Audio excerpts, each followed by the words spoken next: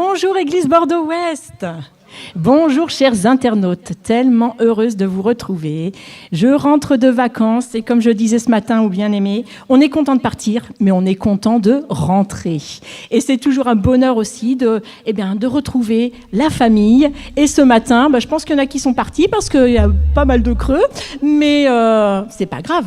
Le Seigneur, lui, il part jamais en vacances. Et ça, c'est la meilleure des nouvelles. Je crois qu'on a bien fait de venir dans ce lieu ce matin parce que Dieu prend plaisir à la louange de ses enfants. Et je voudrais que ce matin, j'ai envie de dire comme David, « Bénis l'Éternel, mon âme ». Est-ce que vous êtes d'accord de dire aussi à votre âme, « Bénis l'Éternel ». On est OK pour ça? Alors, vous avez apporté vos instruments? Vous avez apporté vos voix? Eh bien, tout va bien.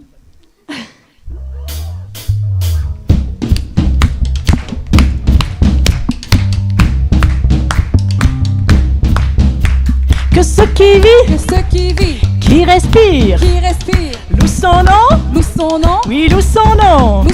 Que ceux qui vivent, et qui respirent, loue son nom, oui, loue son nom.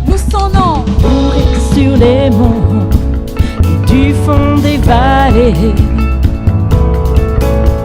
Quand je suis confiant, quand sombre ma foi. Je louerai dans la crainte, dans l'insécurité. Ma louange est un fleuve qui emporte l'ennemi. Et tant que je vivrai, tout en moi chantera béni l'Éternel, ô mon âme.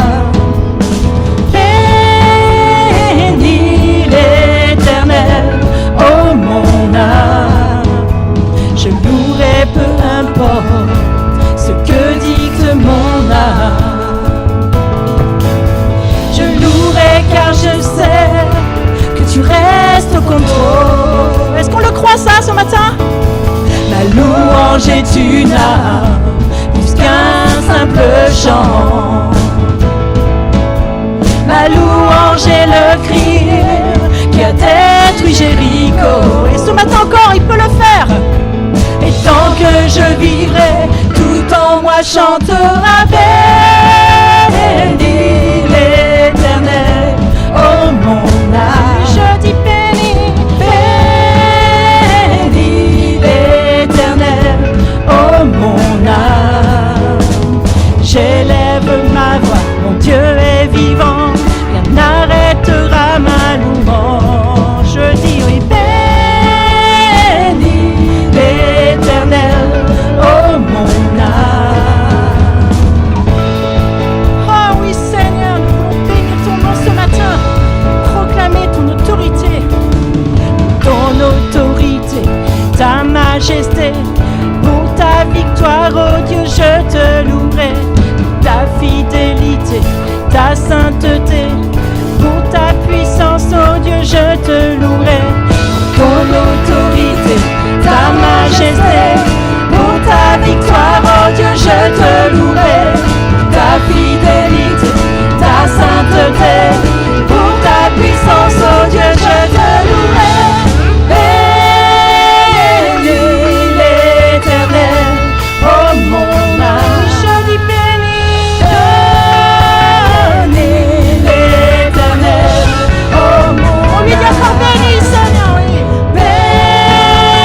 Béni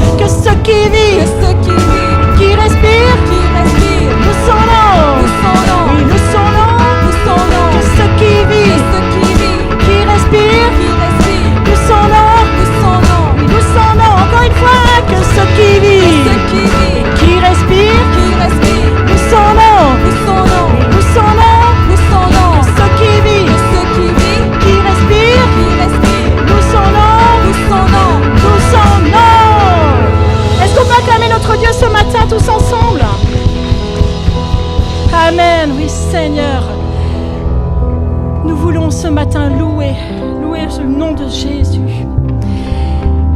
Que nos voix, que nos chants, tout puisse honorer ton nom. Est-ce que pendant quelques instants, on peut élever tous ensemble nos voix pour dire nous sommes là pour toi, Seigneur. Nous sommes là pour toi. Nous sommes venus pour reconnaître ta sainteté, reconnaître ton autorité, reconnaître ta majesté, reconnaître ta royauté. Nous sommes là pour toi, pour confesser le nom de Jésus, pour proclamer que Jésus est mort et ressuscité, qu'il a vaincu les ténèbres à la croix. Aujourd'hui, ce n'est pas un Dieu mort que nous acclamons, mais c'est un Dieu vivant, un Dieu ressuscité. Ce Jésus qui, par amour pour nous, est allé jusqu'au bout, mais qui aujourd'hui siège à la droite du Père. Amen. Que nos chants soient comme ainsi, nos louanges un accueil. Nous sommes là pour toi. Nous sommes là pour toi. Que ton souffle vienne des cieux, nous remplir de ta vie. Nous sommes là pour toi. Nous sommes là pour toi.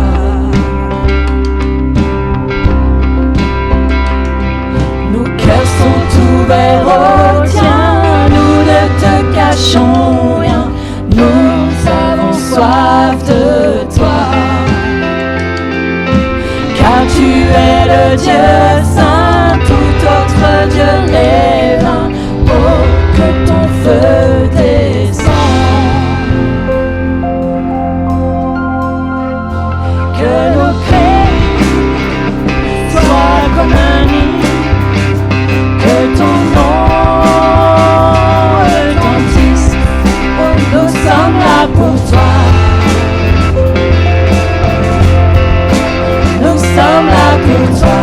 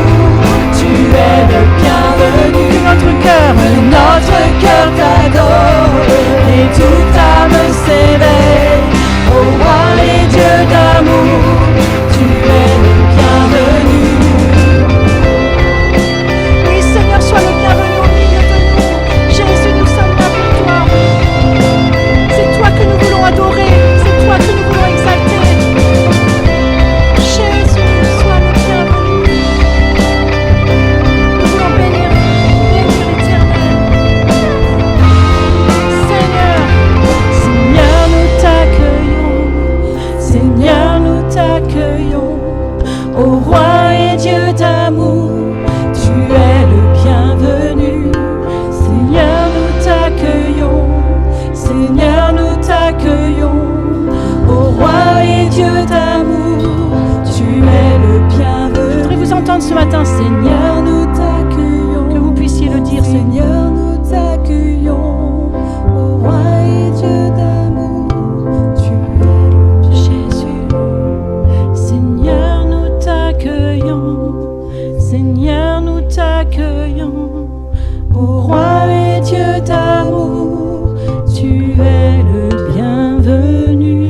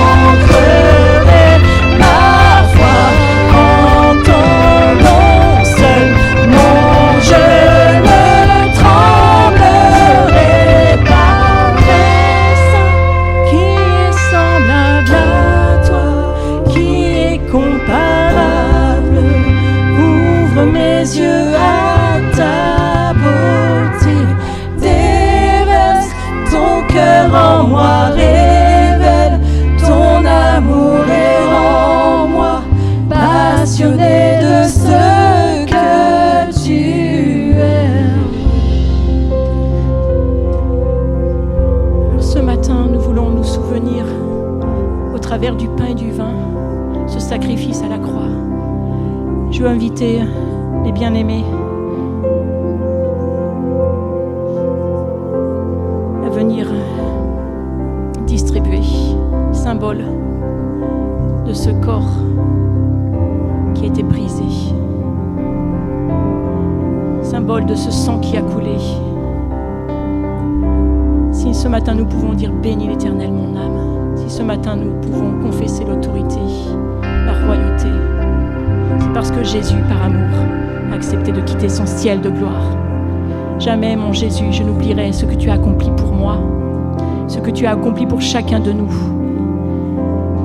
Et cet amour, il est tellement fort que s'il y avait eu une seule personne à venir sauver, tout comme ce berger a laissé les 99 brebis pour aller chercher celle qui était perdue.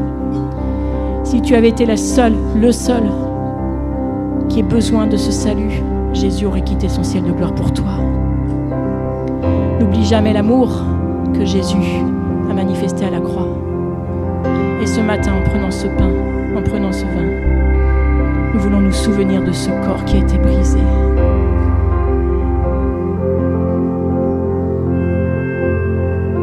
Que ce ne soit pas juste une habitude, mais qu'en prenant ce pain et ce vin ce matin, ce fruit de la vigne, tu puisses vraiment avoir ce cœur rempli de reconnaissance, d'adoration. Et pour toi, peut-être qui n'a encore jamais fait cette expérience, que ce soit l'occasion de considérer l'amour de Jésus pour toi. Oui, si tu avais été le seul sur cette terre à avoir besoin de lui, il serait venu pour toi. Cet amour, il est pour nous ce matin. Merci Jésus. Prenons quelques instants pour louer ensemble, tous ensemble, que nos voix s'élèvent tous ensemble. Jésus.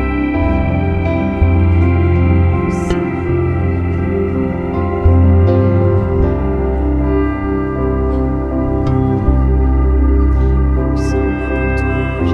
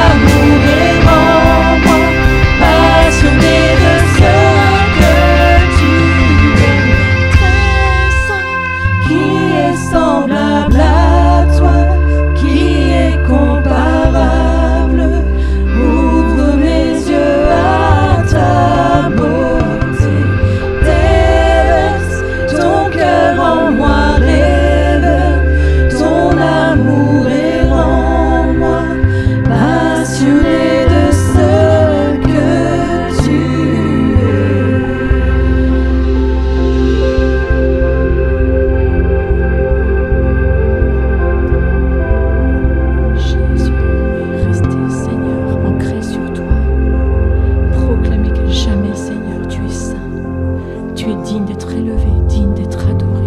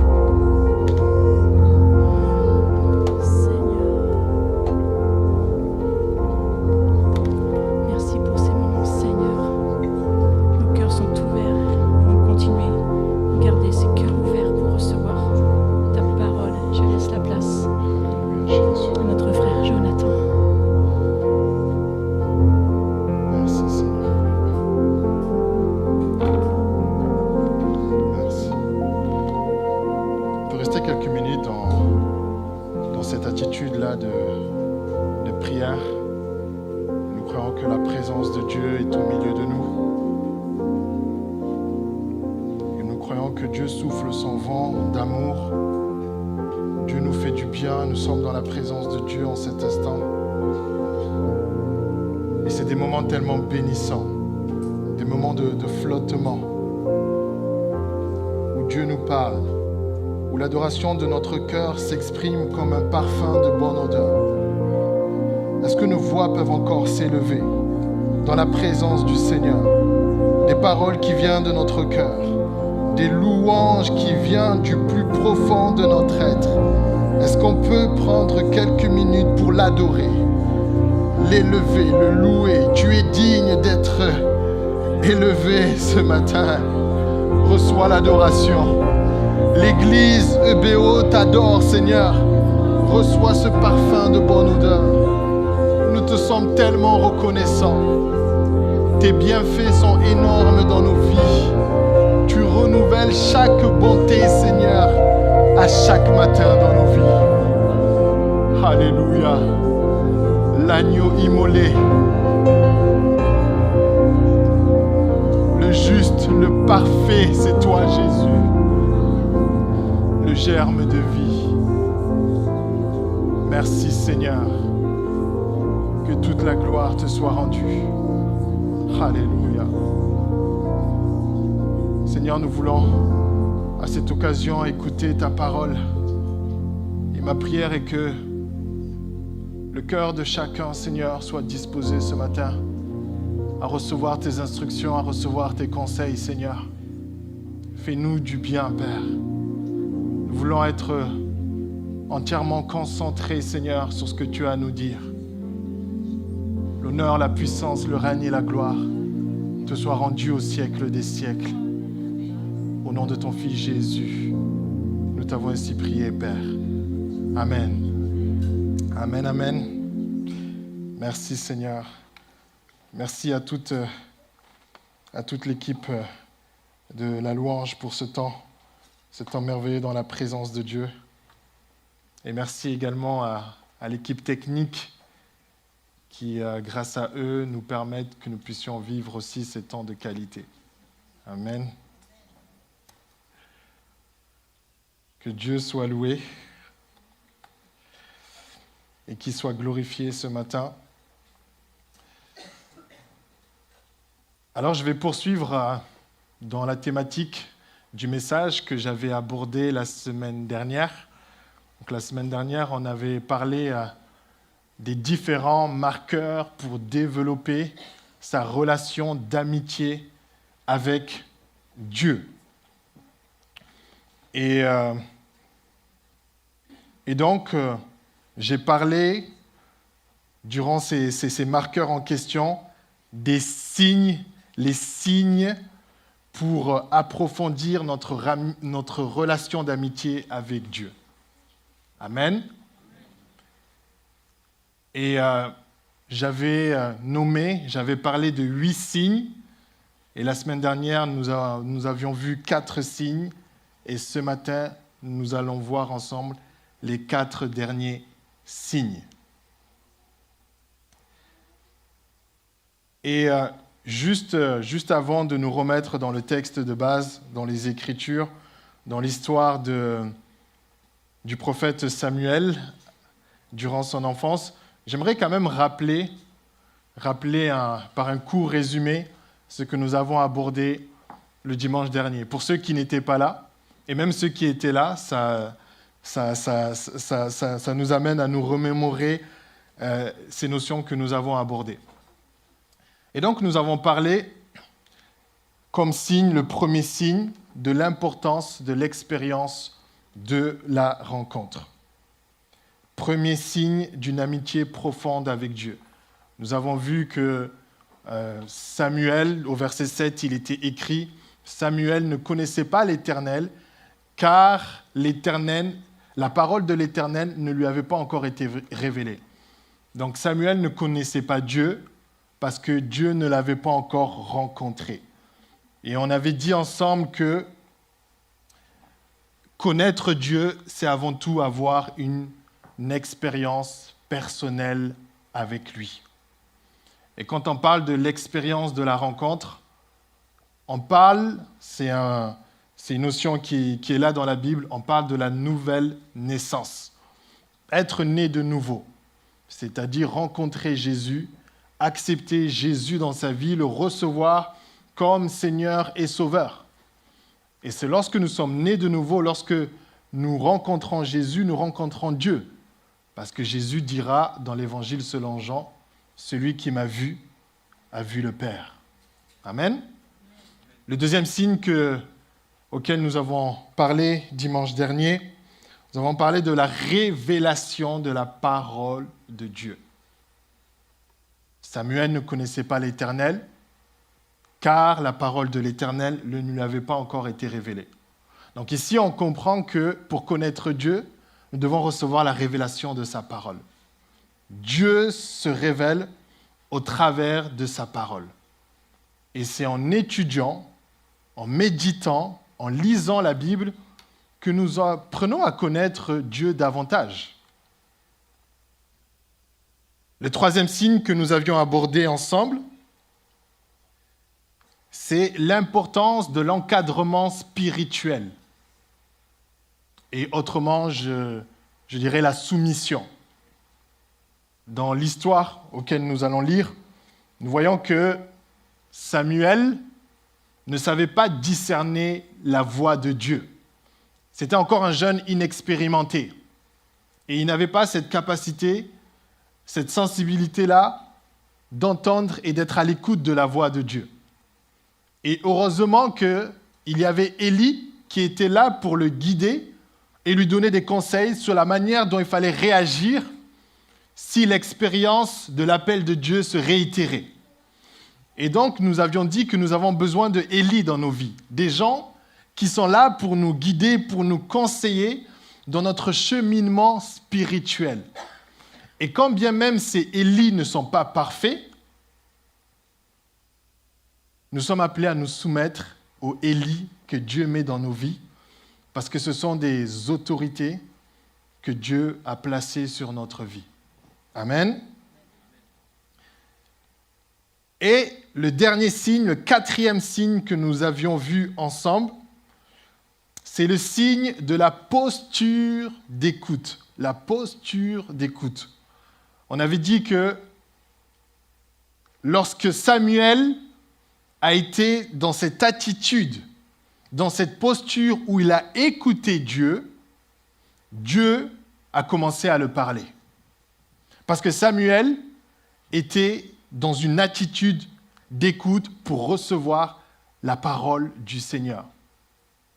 Et donc, il est important que nous soyons, en tant qu'enfants de Dieu, dans cette attitude d'être à l'écoute de ce que Dieu veut nous dire dans notre vie. Et nous avions dit que comment nous pouvons être à l'écoute de Dieu. On avait parlé de la formule 3S, est-ce qu'il y en a qui s'en souviennent? Est-ce qu'il y en a qui peuvent me dire que signifient les 3S? Exactement. Donc on a parlé pour apprendre à écouter Dieu. Ce qui est important, ce sont ces fameux 3S, c'est la solitude, être seul à seul avec Dieu. Un one-to-one, un cœur à cœur avec Dieu. Savoir prendre du temps pour être seul et écouter le Seigneur. Et le deuxième S, c'est le silence. Être dans un environnement propice à entendre la voix de Dieu. Savoir faire taire les voix qui sont à l'intérieur de nous, dans nos pensées, pour être sensible à la voix de Dieu. Et le dernier S, qui est tout aussi important, on avait parlé de sincérité, la sincérité du cœur. Ce que Dieu cherche, c'est des personnes dont le cœur est disposé à l'écouter. Amen. Donc voilà le résumé de ce que nous avions abordé dimanche dernier. Et là, nous allons poursuivre sur les 4 autres derniers signes. Et nous allons relire l'histoire ensemble dans 1 Samuel chapitre 3, versets 1 à 21.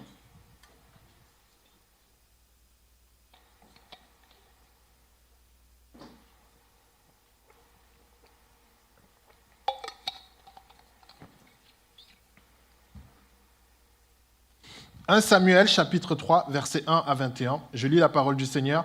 Le jeune Samuel était au service de l'Éternel devant Élie. La parole de l'Éternel était rare en ce temps-là. Les visions n'étaient pas fréquentes. En ce même temps, Élie, qui commençait à avoir les yeux troubles et ne pouvait plus voir, était couché à sa place. La lampe de Dieu En ce même temps, Élie, qui commençait à avoir les yeux troubles et ne pouvait plus voir, était couché à sa place. La lampe de Dieu n'était pas encore éteinte et Samuel était couché dans le temple de l'Éternel, où était l'arche de Dieu. Alors l'Éternel appela Samuel, il répondit, « Me voici ». Et il courut vers Élie et dit, « Me voici, car tu m'as appelé. » Élie répondit, « Je n'ai point appelé. Retourne te coucher. » Et il alla se coucher. L'Éternel appela de nouveau Samuel. Et Samuel se leva, alla vers Élie et dit, « Me voici, car tu m'as appelé. » Élie répondit, « Je n'ai point appelé mon fils, retourne te coucher. » Samuel ne connaissait pas encore l'Éternel et la parole de l'Éternel ne lui avait pas encore été révélée. L'Éternel appela de nouveau Samuel pour la troisième fois et Samuel se leva, alla vers Élie et dit, « Me voici car tu m'as appelé. » Élie comprit que c'était l'Éternel qui appelait l'enfant. Et il dit à Samuel, « Va, couche-toi, et s'il en t'appelle, tu diras, « Parle, Éternel, car ton serviteur écoute. » Et Samuel alla se coucher à sa place. L'Éternel vint et se présenta, et il appela comme les autres fois, « Samuel, Samuel. » Et Samuel répondit, « Parle, car ton serviteur écoute. » Alors l'Éternel dit à Samuel, « Je vais faire en Israël une chose qui étourdira les oreilles de quiconque l'entendra. En ce jour, j'accomplirai sur Élie tout ce que j'ai prononcé contre sa maison. Je commencerai et j'achèverai. Je lui ai déclaré que je veux punir sa maison à perpétuité à cause du crime dont il a connaissance, et par lequel ses fils se sont rendus méprisables sans qu'il les ait réprimés. C'est pourquoi je jure à la maison d'Élie que jamais le crime de la maison d'Élie ne sera expié, ni par des sacrifices, ni par des offrandes. » Samuel resta couché jusqu'au matin, puis il ouvrit les portes de la maison de l'Éternel. Samuel craignait de raconter la vision à Élie. Mais Élie appela Samuel et dit, « Samuel, mon fils ?» Il répondit, « Me voici. » Et Élie dit, « Quelle est la parole que tu as adressée à l'Éternel ?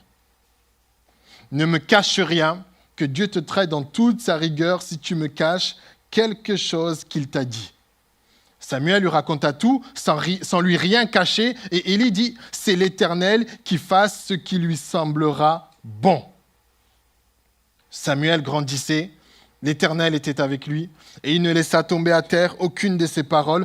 Tout Israël, depuis Dan jusqu'à Beersheba, reconnut que Samuel était établi prophète de l'Éternel. L'Éternel continua à apparaître dans Silo, car l'Éternel se révélait à Samuel dans Silo par la parole de l'Éternel.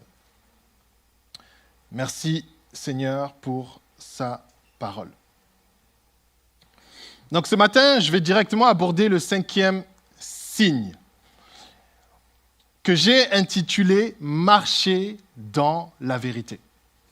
Marcher dans la vérité. Lorsque Dieu s'est confié à Samuel, il lui a fait part de son intention de punir toute la famille d'Élie. Et Samuel avait reçu cette vision, il avait reçu ce message de la part de Dieu. Samuel était conscient que Dieu allait appliquer sa sentence concernant Élie et toute sa famille. Et donc, ce n'est pas n'importe quoi comme message. C'est un message qui parle d'une punition, qui parle d'une condamnation, qui parle d'une sanction. Mais quand on lit le contexte, on peut se mettre à la place de Samuel. C'est un jeune zélé, tout feu, tout flamme, qui a un cœur pour servir Dieu. Il vit sa première expérience, sa première rencontre avec l'Éternel. Et la première chose que Dieu lui dit, que Dieu lui révèle, concerne la punition, pas de n'importe qui, la punition de son mentor, de son responsable. Je me mets à la place de Samuel. Moi, ça c'est moi, c'est l'évangile selon Jonathan. Je suis convaincu que Samuel n'a pas passé une bonne nuit. Et la Bible nous dit que Samuel craignait de raconter la vision à Élie. Parce que c'est une responsabilité de s'adresser à son mentor, à sa responsable, et de lui dire que Dieu va condamner toute ta famille. Waouh! Et alors que Samuel se réveille, la première chose qu'il fait le matin, il ouvre les portes du temple et de suite, sans tarder, Élie vient le voir et lui pose cette question. Qu'est-ce que l'Éternel t'a adressé? Qu'est-ce qu'il t'a dit? La Bible est muette, mais moi, j'aurais voulu voir la réaction de Samuel à ce moment-là. Parce que sa crainte était justement de ne pas confronter Élie à ce sujet. Et je me dis que certainement Élie a vu la réaction de Samuel. Et dit, écoute Samuel, si tu ne veux pas avoir de problème, dis-moi tout ce qu'il t'a dit. Ne me cache rien, sinon l'Éternel te punira dans toute sa rigueur. Et la Bible nous dit que Samuel a tout raconté à Élie. Il lui a dit toute la vérité. Il y a ici une vérité importante à saisir. C'est que lorsqu'on est ami de Dieu, on marche dans la vérité. On dit la vérité. On proclame la vérité. On témoigne la vérité. Mais d'une façon globale, on marche dans la vérité. Alors la question qu'on peut se poser ce matin, que signifie marcher dans la vérité? Amen. Malgré la pression, malgré la peur qui était là, Samuel a fait le choix de dire toute la vérité. Peu importe les conséquences. Marcher dans la vérité signifie 3 choses. Premièrement, marcher dans la vérité signifie vivre en accord avec les principes de sa foi chrétienne. Vivre en accord avec les principes de sa foi chrétienne. Cela veut dire respecter les valeurs du royaume de Dieu. Mettre en application les commandements du Seigneur dans ma vie.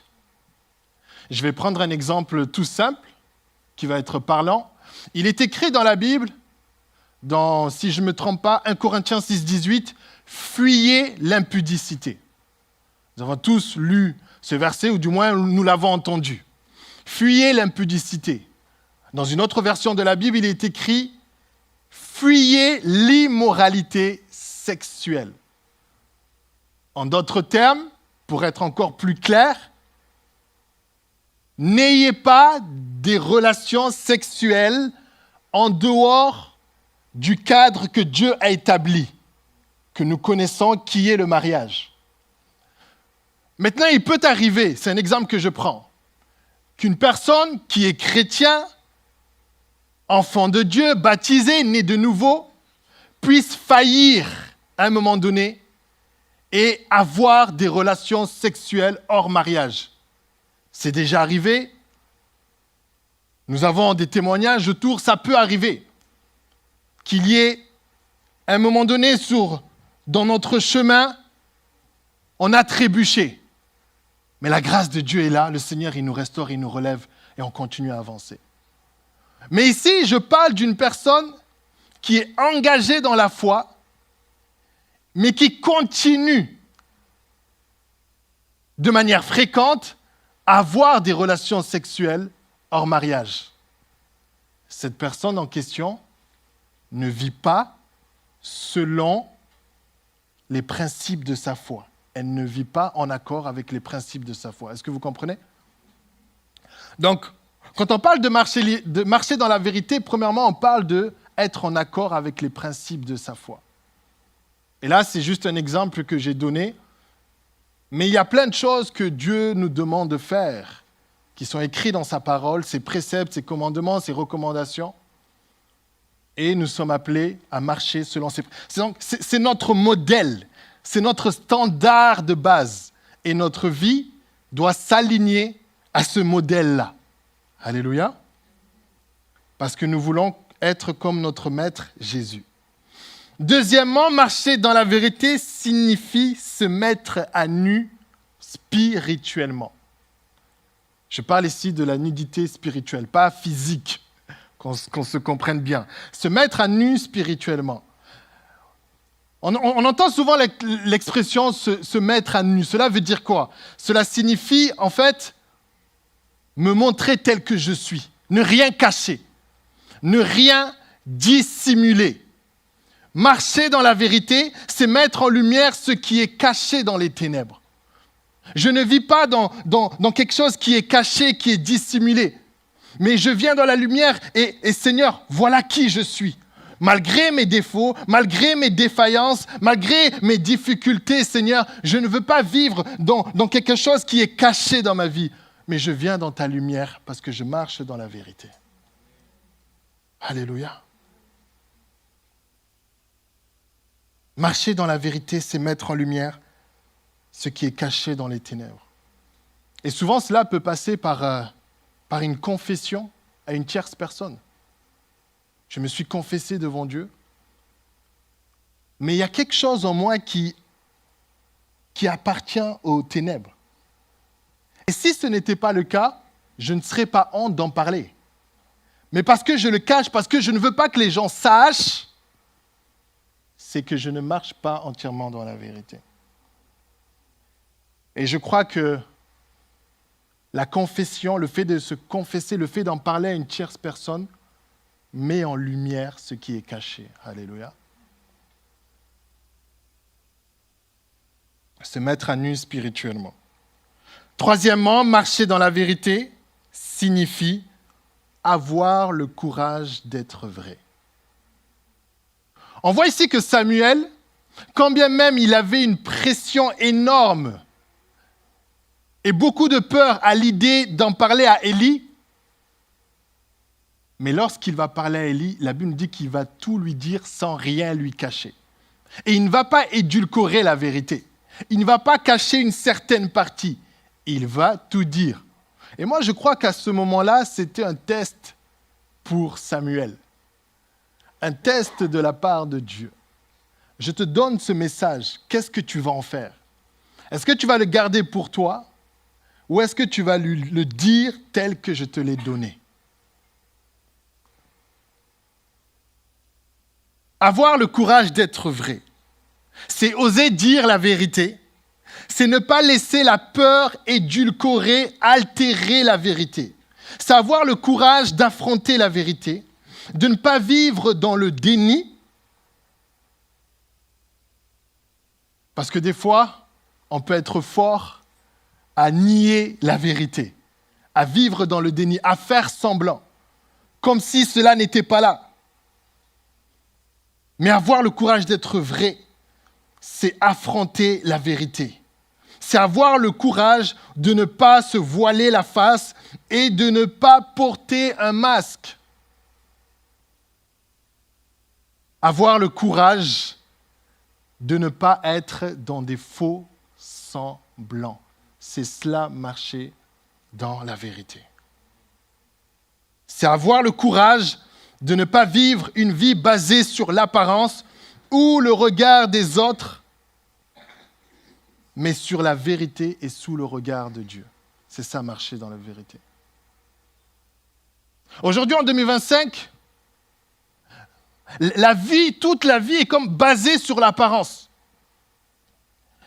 Et forcément, Internet, les réseaux sociaux ne nous ont pas aidés.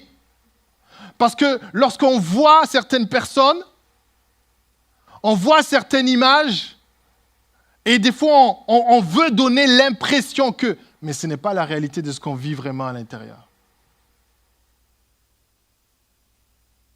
Et le Seigneur veut nous encourager ce matin à ne pas nous baser sur l'apparence, montrer ce que les autres veulent voir. mais à nous baser sur la vérité et sous le regard de Dieu. Amen. Marcher dans la vérité. Souvent, quand une personne va voler, je donne cet exemple, souvent il y a ce réflexe de je regarde à gauche et je regarde à droite. Si personne ne m'a vu, vous êtes d'accord avec ça? Mais on oublie de regarder en haut. Parce que Dieu, lui, nous voit. Alléluia. Dieu nous voit. Et c'est pour ça que je comprends une chose, c'est que si je m'efforce à marcher dans la vérité, dans le privé avec Dieu, dans la vie publique, je n'aurai aucun mal. Mais quand je ne vis pas dans la sphère privée avec Dieu, quand je ne suis pas intègre, quand je ne marche pas dans la vérité, je vais m'efforcer, faire tous les efforts pour paraître dans la vie publique. Marcher dans la vérité, c'est d'abord une question de cœur à cœur avec Dieu.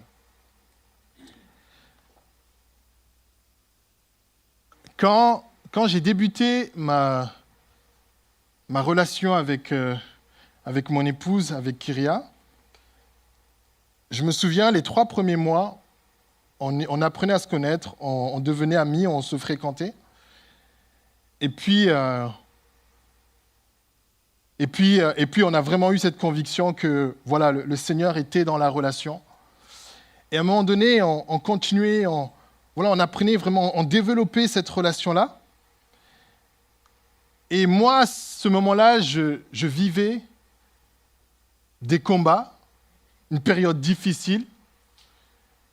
Et j'avais l'impression que je suis dans une relation, je veux entamer cette relation-là, mais il faut que la personne puisse me connaître également.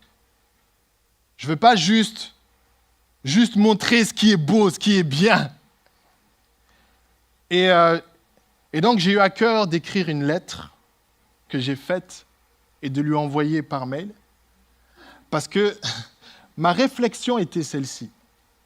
Là où on va s'engager, je ne veux pas que tu puisses épouser une image. Jonathan, le prédicateur, l'homme de Dieu, ça c'est dans le public. Mais la réalité, la vérité, c'est ce qui se passe dans la maison. C'est le caractère que je vais avoir. Ce n'est pas l'homme de Dieu, c'est l'homme que tu vas épouser. Et moi, pour ma conscience, je voulais absolument qu'elle sache qui j'étais réellement. Mes luttes, mes combats, mes difficultés, tout. Comme ça, si tu signes en sachant tout ce qu'il y a. Et si tu ne veux pas, il n'y a aucun problème. Mais au moins, on est dans la vérité. Il n'y a pas de semblant. Et il n'y a pas de quand on arrive dans le mariage, il y a des surprises qui sont là. Non, tu me connais, j'ai déjà tout dit. Et après avoir lu cette lettre, on a pris un temps où on a discuté. Et ce qu'il m'a dit m'avait profondément touché.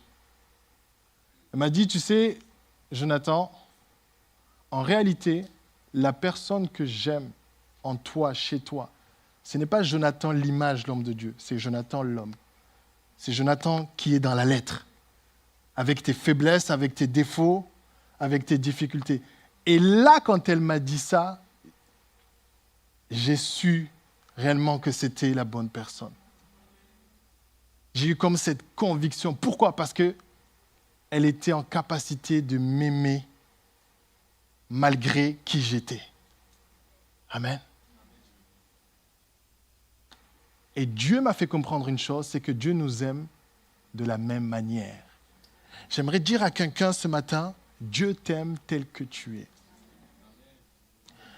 Quand on s'est mariés, j'ai gravé quelque chose sur mon alliance, un verset de la Bible, c'est 1 Pierre, chapitre 4, verset 18. L'amour couvre une multitude de fautes. C'est le ciment de ma relation.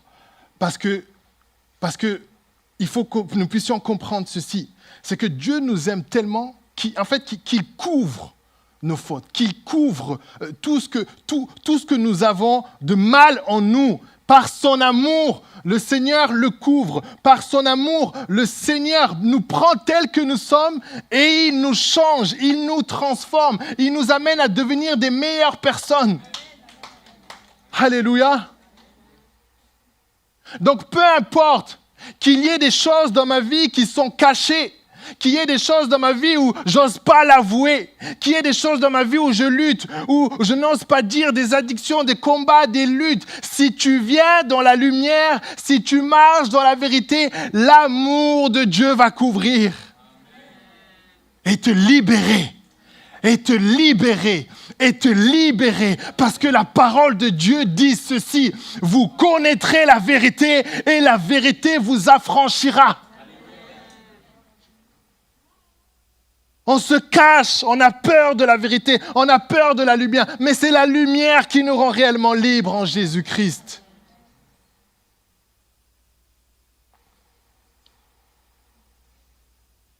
Dieu t'aime tel que tu es. Comment nous pouvons marcher dans la vérité? Comment pouvons-nous marcher dans la vérité? Premièrement, je l'ai déjà dit, mais il est important d'aligner sa vie selon les préceptes de la parole de Dieu. Aligner sa vie selon les préceptes de la parole de Dieu. C'est simplement l'obéissance. Deuxièmement, c'est renoncer aux mensonges, renoncer aux faux semblants. Arrêter de vouloir se compromettre en cachant la vérité et en dissimulant ce qui est mal. Et puis troisièmement, je crois qu'il est important d'introspecter sa foi devant Dieu. Je me pose la question des fois, certaines personnes qui ne vivent pas en accord avec les principes de leur foi, mais ils continuent. Ils continuent et ils persévèrent dans cette voie. Et des fois, l'entourage voit qu'il y a quelque chose qui ne va pas. Mais la personne, elle est comme omnibulée. Il y a comme un aveuglement qui est là et elle continue encore. C'est du déni. Je crois qu'il est important d'être sincère devant Dieu et d'introspecter sa foi. Moi, pratiquement chaque dimanche, je prends un temps d'introspection et de reconnaissance. Je balaye toute la semaine et je vois ce qui n'a pas été. Je le note et ensuite je note les sujets de reconnaissance dans la semaine. Parce que je ne veux pas être dans un semblant et vivre ma foi comme si tout allait bien. Mais intérieurement, je sais que ça ne va pas dans ma relation avec Dieu.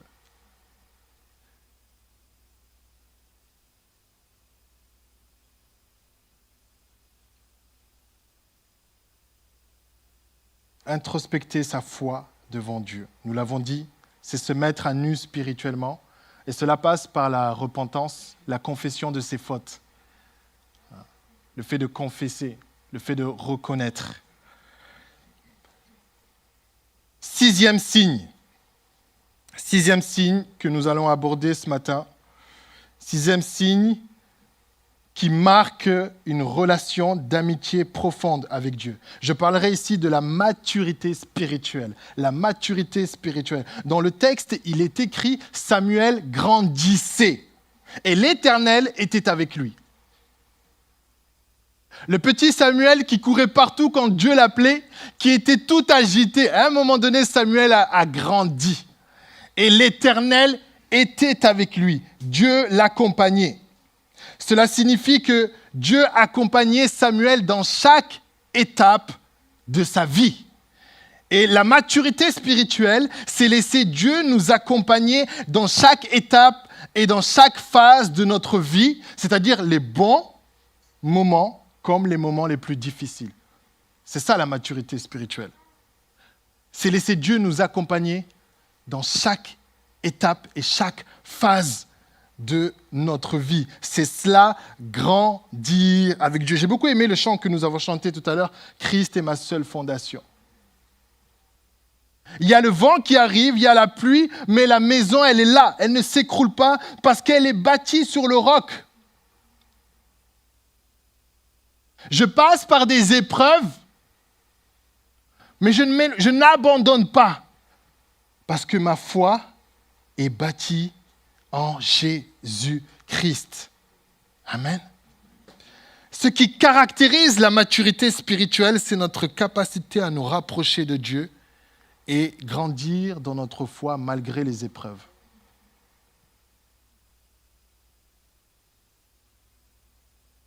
On peut jauger ou juger la maturité spirituelle d'une personne lorsqu'elle est éprouvée. Parce que souvent, lorsque nous sommes éprouvés, il y a deux réactions. Soit l'épreuve nous rapproche de Dieu, soit l'épreuve nous éloigne de Dieu. Et la maturité spirituelle, dans l'épreuve, elle nous amène à grandir dans notre foi. Amen. Voilà ce que dit Ésaïe chapitre 43, verset 2. « Si tu traverses les eaux, je serai avec toi, et les fleuves, ils ne te submergeront point. Si tu marches dans le feu, tu ne te brûleras pas, et la flamme ne t'embrasera pas. » Dieu nous promet que dans l'épreuve, il sera avec nous. Dans le feu, il sera là, mais ça ne va pas nous brûler. Si on est en train de se noyer, il lancera la bouée. Dieu sera là. Mais en fait, le problème, ce n'est pas le fait que Dieu est avec nous, mais est-ce que nous, dans l'épreuve, nous continuerons à être avec lui? La Bible nous dit que l'Éternel, Samuel grandissait, l'Éternel était avec lui. Est-ce que vous croyez que Samuel, lorsqu'il grandissait, il n'a pas eu des épreuves? Est-ce que vous pensez que Samuel, lorsqu'il grandissait, tout était parfait? Non, certainement, il a été confronté à des choses. Mais Samuel n'a pas abandonné la main du Seigneur. Amen. Il n'a pas abandonné la main du Seigneur.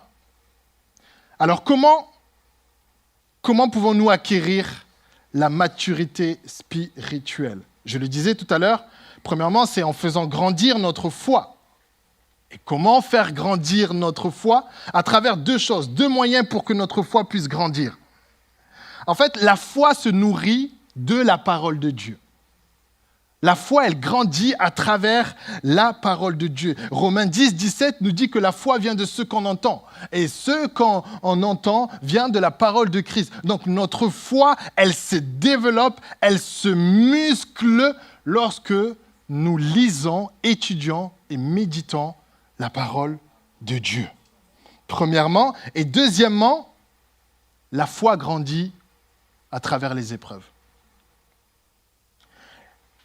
Les épreuves par lesquelles nous passons, les épreuves que nous vivons au quotidien peuvent permettre de faire grandir notre foi et de nous amener à nous rapprocher davantage du Seigneur. Je ne dis pas que c'est facile quand il y a l'épreuve. Je ne suis pas en train de dire que tout est facile, on a la foi. Non, c'est difficile. Et on est tenté, parfois, d'abandonner, de décrocher, de reculer. Mais la grâce de Dieu est là. Le Seigneur, il nous aide à poursuivre notre cheminement. Et c'est cela, grandir avec Dieu. Deuxièmement, comment acquérir la maturité spirituelle? Il est important d'augmenter sa sensibilité spirituelle. Sa sensibilité spirituelle. Quand on étudie le ministère de Samuel, on parle d'un Samuel qui est inexpérimenté. On parle d'un Samuel qui ne sait pas reconnaître de la voix de Dieu, à un Samuel qui est capable, de manière prophétique, à te décrire la journée, comment elle va se dérouler avant même que tu ne l'aies vécue. Lorsqu'il rencontre Saül, c'est ce qui se passe. Il le voit et par la suite, il lui dit « Voilà ce qui va se passer, Saül, tu vas rencontrer une troupe de prophètes, il va se passer ceci, ceci, cela. » Comment il le sait? Sa sensibilité spirituelle. Il est mature dans le domaine du prophétique. Il annonce des choses qui ne sont pas encore arrivées.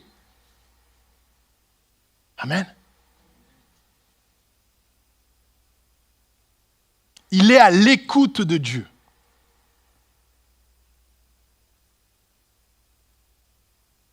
Et quand je parle de sensibilité spirituelle, je parle tout simplement d'être plus à l'écoute de Dieu. J'en ai déjà parlé avec la formule des 3 S. Être simplement à l'écoute de Dieu. Lorsqu'on développe notre capacité à écouter Dieu, on devient plus sensible. On arrive à percevoir les moindres mouvements de l'esprit, les fluctuations. On arrive à voir quand l'esprit, on sent les intentions de Dieu, les sentiments de Dieu. Parce que notre sensibilité spirituelle, elle s'est accrue. Alléluia. Et troisièmement, pour acquérir la maturité spirituelle, nous sommes appelés à discerner la volonté de Dieu. C'est-à-dire comprendre ce que Dieu attend de nous à chaque phase de notre vie. N'est-ce pas que lorsqu'on vit une saison, on vit un changement, il y a quelques semaines, Sandrine nous avait prêché sur les transitions, on vit des transitions, on ne comprend pas toujours qu'est-ce qui se passe autour de nous. On ne comprend pas toujours lorsqu'on passe par des tempêtes où il y a plein de choses, des changements.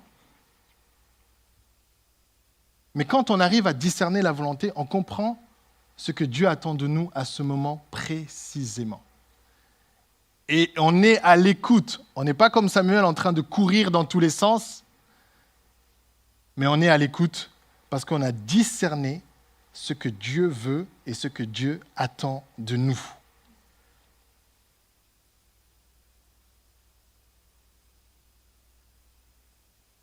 Pour développer une amitié profonde avec Dieu, nous devons gagner en maturité spirituelle.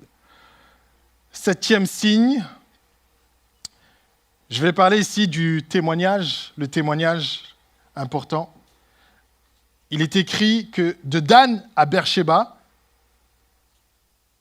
tout le monde reconnaissait que Samuel était un serviteur établi par l'Éternel.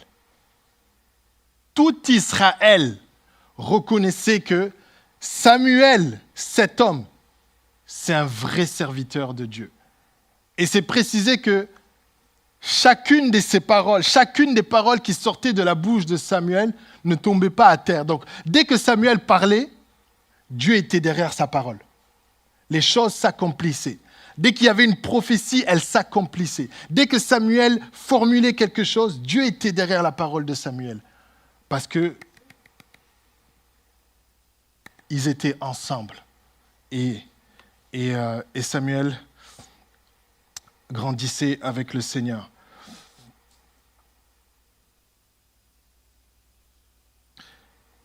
Il reconnaissait que Samuel était un vrai serviteur de Dieu, surtout il reconnaissait les fruits de son ministère. Il voyait que Samuel, il y avait un fruit, il y avait quelque chose qui se manifestait, il y avait quelque chose qui était présent. Lorsqu'on vit une amitié profonde et intime avec Dieu, les gens le voient. Il y a un témoignage qui en ressort. On voit les fruits. On voit les fruits. Je le dis encore, ce qui se vit dans le privé, à un moment donné, va se manifester dans le public. Je prends un autre exemple dans la Bible. Moïse. La Bible dit que Moïse allait dans la tente d'assignation, dans la présence de Dieu. Lorsqu'il sortait, son visage brillait. Vous voyez, ce qu'on vit dans le privé va se refléter, se manifester dans le public. Et Samuel, dans son intimité avec Dieu, dans sa relation d'amitié avec l'Éternel, il y a un témoignage qui en ressortait. Et les gens étaient capables de voir les fruits authentiques dans la vie de Samuel. Est-ce que nous avons un bon témoignage auprès de notre entourage? Qu'est-ce que les gens diraient de nous?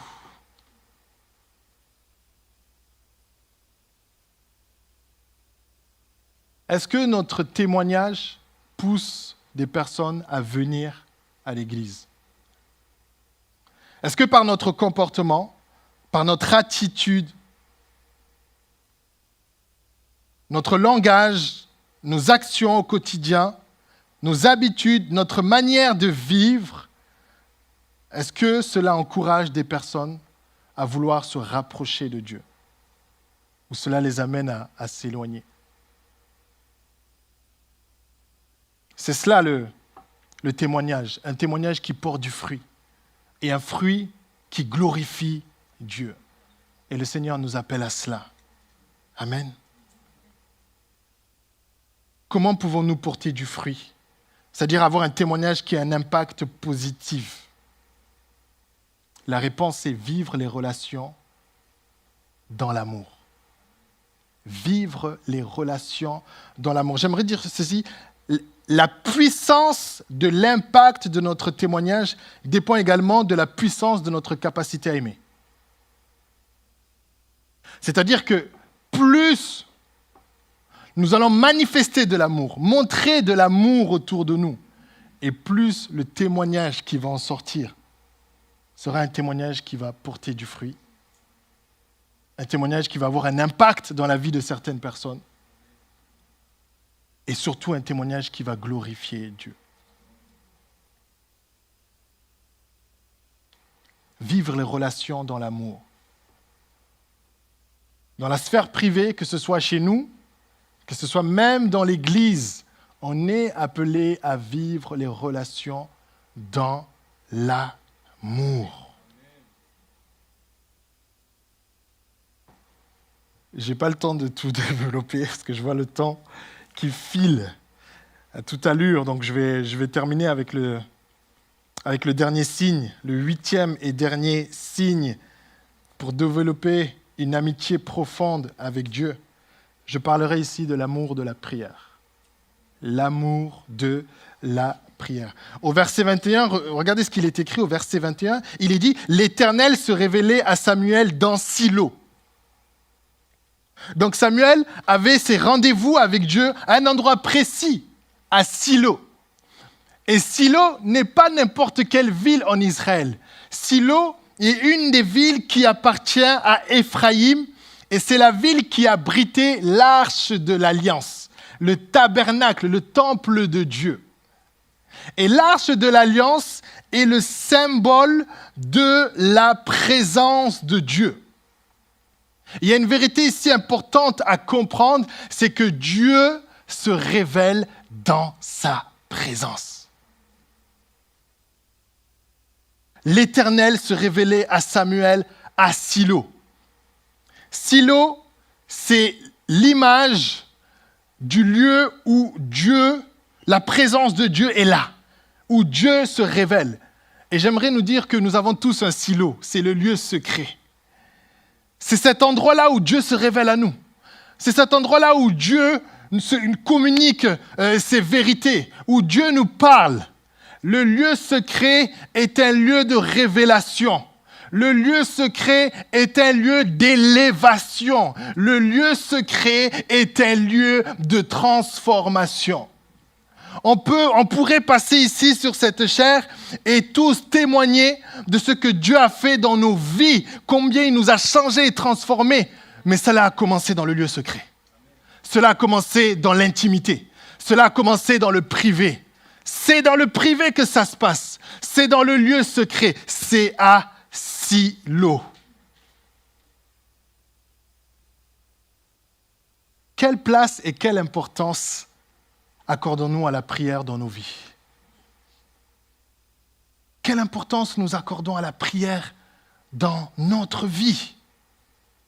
Quelle est la place de la prière? Quelle est la place de la présence de Dieu dans notre vie?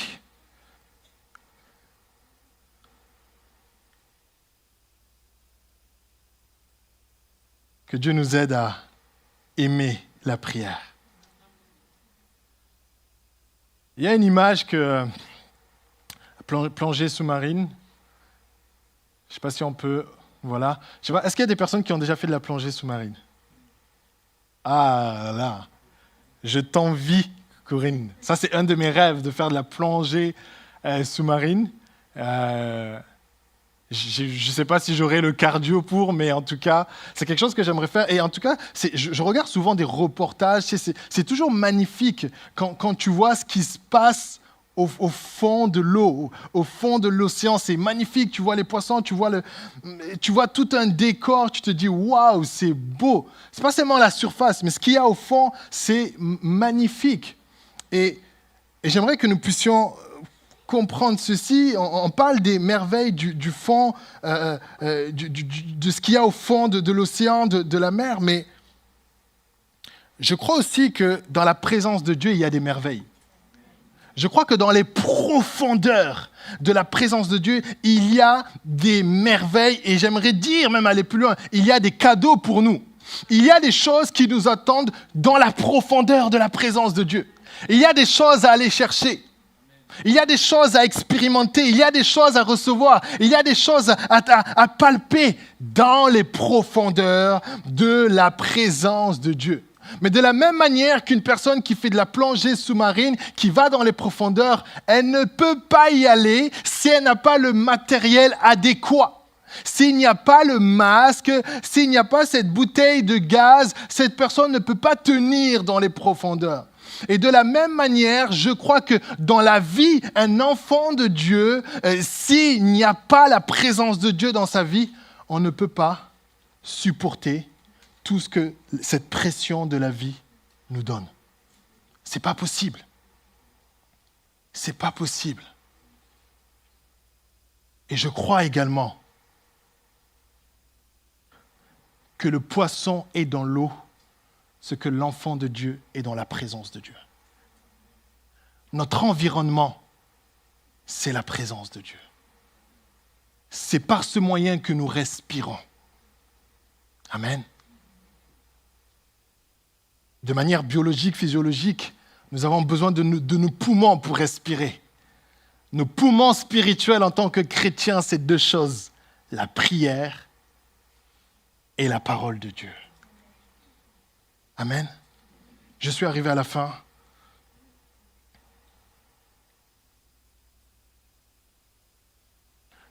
Et j'aimerais terminer en disant ceci. Silo, le nom Silo, signifie dans la langue hébraïque un lieu de repos. Un lieu de repos qui vient du même mot que Shiloh, qui s'écrit S-H-Y-L-O-H. Et ce mot Shiloh signifie être au repos, prospérer, être tranquille et être à l'aise. Il y a tout un champ lexical autour du repos, d'être à l'aise, de prospérer, d'être tranquille, d'être bien. C'est ça l'épanouissement. Et quand on lit ce champ lexical, en fait, on comprend que ça décrit une personne qui est en vacances. Silo, c'est être en vacances. Je me repose, je me ressource, je me fais du bien, je suis tranquille, j'ai l'esprit libéré, je ne pense pas aux problèmes, je profite du moment présent. C'est ça les vacances et c'est ça être à Silo. Alléluia. Ce matin, Dieu t'invite pendant cette période de vacances à aller à Silo. C'est la meilleure des destinations. Je le répète encore, Dieu t'invite pendant cette période de vacances à te rendre à Silo. C'est la meilleure destination. C'est la meilleure destination. Est-ce qu'on peut simplement incliner nos têtes et prendre ce temps de recueillement-là? Oh Saint-Esprit, tu parles à un cœur. Saint-Esprit, tu agis. Tu agis, Seigneur. Alléluia, Jésus. Korozandaraba. Alléluia, Saint-Esprit. Tu te manifestes, Seigneur. Merci, Saint-Esprit. Merci, Saint-Esprit. Alléluia. Oh, Seigneur, nous voulons approfondir notre relation d'amitié avec toi. Aimer la prière. Marcher dans la vérité, Seigneur Dieu. Tout ce que nous avons dit, Seigneur, depuis 2 semaines, nous voulons véritablement le vivre, Seigneur. Alléluia, Jésus.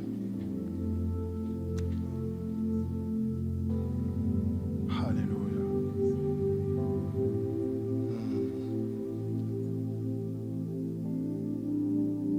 Peut-être que ce matin, tu es là et tu te dis, oui, j'ai entendu le message, la prédication, mais la réalité, c'est que je n'y arrive pas, c'est difficile. Je ne me sens pas capable de... J'ai du mal à prier. J'ai du mal à aller dans la présence de Dieu. C'est pas naturel, c'est difficile. Je n'y arrive pas. C'est compliqué. Et c'est peut-être pas seulement que la prière, c'est peut-être marcher dans la vérité, c'est peut-être... Je ne sais pas. Mais je crois que Dieu, ce matin, il veut déverser une grâce. Je crois qu'il y a une grâce qui est là, qui se déverse. Je crois que Dieu veut nous communiquer cet amour pour sa présence, cet amour pour la prière, et nous amener à développer cette relation d'amitié-là. Et si ce matin, tu souhaites que ta vie de prière devienne plus régulière, plus stable, j'aimerais vraiment aller dans les profondeurs, aller encore plus loin. Si ce matin, tu aimerais que ta vie soit marquée par ces différents signes et développer cette relation d'amitié, là où tu es, tu peux simplement lever ta main. Le Seigneur nous voit et je crois qu'il va déverser sa grâce. Tu peux bien lever ta main là où il est. Je crois qu'il y a une grâce qui va être déversée. Il y a des choses que de nous-mêmes, nous ne pourrons pas faire. Mais je crois que Dieu veut communiquer cet amour pour la prière, cet amour pour sa présence. Et faire en sorte que ces signes deviennent distincts et visibles dans nos vies. Seigneur, j'aimerais prier, Père, pour toutes ces personnes qui ont levé la main, Seigneur Dieu, qui ont levé la main dans leur cœur et qui font ce choix de vouloir aller plus loin avec toi, qui choisissent, Seigneur Dieu, d'aller dans les profondeurs. Je te prie, Seigneur, que tu puisses déverser cette grâce particulière, l'amour de ta présence. Je prie en cet instant, Seigneur, que ta grâce se manifeste dans chacun de leurs vies. Que ton amour, Seigneur, l'amour de ta présence se déverse, Père. L'amour de la prière, Seigneur. C'est la base, c'est la fondation, Seigneur. Notre capacité vient de Dieu. Ce que nous ne pouvons pas faire de nous-mêmes, Seigneur, tu le fais pour nous. Déverse ton amour. Un amour puissant, un amour fort. Un amour grand pour ta présence. Un amour, Seigneur Dieu, pour la prière. Et que cet amour, Seigneur, nous appelle. Seigneur, à prier, à chercher ta face, Père. Fais naître cet amour pour la prière dans nos cœurs. Fais naître cet amour, Seigneur Dieu, dans les cœurs. Merci, parce que ta grâce se déverse. Et elle se matérialise à travers un amour, Seigneur Dieu, de la prière. Non plus par nos propres moyens, Seigneur, mais tu es là. Je veux prier également ce matin pour ces personnes, Seigneur Dieu, qui veulent voir ces signes, Seigneur, s'accomplir dans leur vie, dans leur relation d'amitié avec eux. Je veux prier ce matin, Seigneur Dieu, pour toutes ces personnes qui peut-être aimeraient avoir encore une expérience personnelle, continuelle avec toi, qui aimeraient recevoir la révélation de la parole de Dieu, avoir des yeux différents lorsqu'ils lisent la Bible. Je veux prier pour ces personnes, Seigneur Dieu, qui ont du mal, Seigneur Dieu, à gérer la soumission à l'autorité. Je veux prier pour ces personnes, Seigneur Dieu, qui peut-être, Seigneur Dieu, sont distraits lorsqu'il s'agit d'être à l'écoute de ce que toi tu veux pour eux. Je veux prier pour ces personnes qui Seigneur, se battent pour marcher dans la vérité, non plus dans les ténèbres, non plus dans la dissimulation de ce qui est caché, mais Seigneur Dieu, se mettre à nu spirituellement. Je veux prier, Seigneur, pour ces personnes qui veulent grandir dans leur foi, qui veulent maturer, mûrir spirituellement, aller plus loin encore avec toi. Je veux prier, Seigneur, pour ces personnes, Seigneur, qui veulent avoir un témoignage qui a un impact puissant et positif dans leur entourage.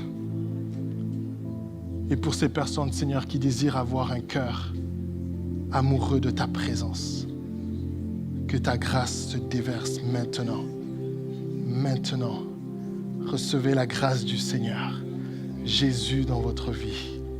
Seigneur, nous te bénissons et nous te glorifions. Merci pour ta parole. Sois glorifié, Seigneur, dans nos vies, à tout un chacun. Bénis, Seigneur, toutes ces personnes qui nous ont regardés en ligne, là où ils sont, Seigneur Dieu, là où cette parole a fait écho, Seigneur Dieu. Merci, Saint-Esprit, de faire ton œuvre, ton travail. Bénis l'Église, Bordeaux-Ouest, Père éternel. Oh, dans les défis qui nous attendent, Seigneur Dieu. Je crois que dans cette saison, ces signes seront marquants, Seigneur Dieu, pour notre Église. Nous voulons grandir avec toi, éternel. Que l'honneur, la gloire, la louange, la puissance et le règne te soient rendus, Père, au nom de Jésus. Amen. Amen. Est-ce qu'on peut acclamer le Seigneur, sa parole? Amen. On a dépassé le temps de 5 minutes. Veuillez m'excuser. En tout cas, merci Seigneur pour ces moments. Merci Seigneur pour ces temps et ce que vous avez reçu. Entretenez-le et cela va porter un fruit pour la gloire de Dieu. Nous vous souhaitons un excellent dimanche. Que Dieu vous bénisse.